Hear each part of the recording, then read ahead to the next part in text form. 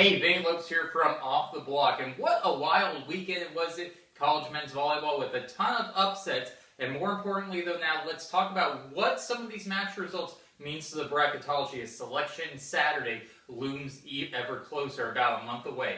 First and foremost, let's talk about Long Beach State. The #1 overall team in the coaches poll, the media poll, lost to Ohio State. A pretty devastating loss for them when it comes down to bracketology, because you have to look at all the factors that goes into play when we talk about Selection Saturday. So there's non-conference record. They're going to take a hit right there that lost to Ohio State. Record against teams under consideration.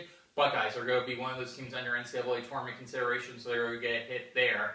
And then obviously their overall record, they'll get a hit. But then you have to take it a little bit broader and look at the context of how they stack up against other MPSF teams or other teams in a potential at-large bid scenario.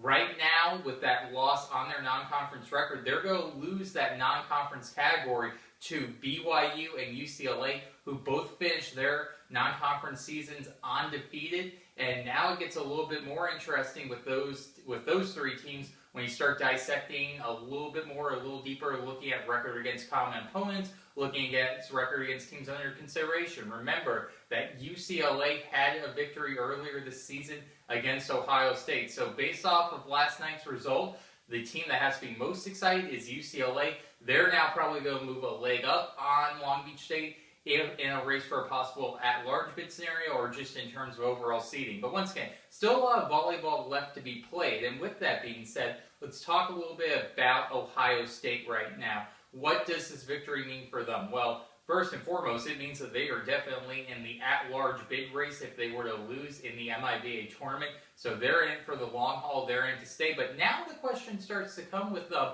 You look at the resume, you look at the record. If they were to run the table in the MIVA, or maybe they only have one more loss, do they have enough juice to possibly get a top 2 seed and get a bye into the semifinals? That's going to be an interesting storyline moving forward. You look at their non-conference success this season, their success in conference.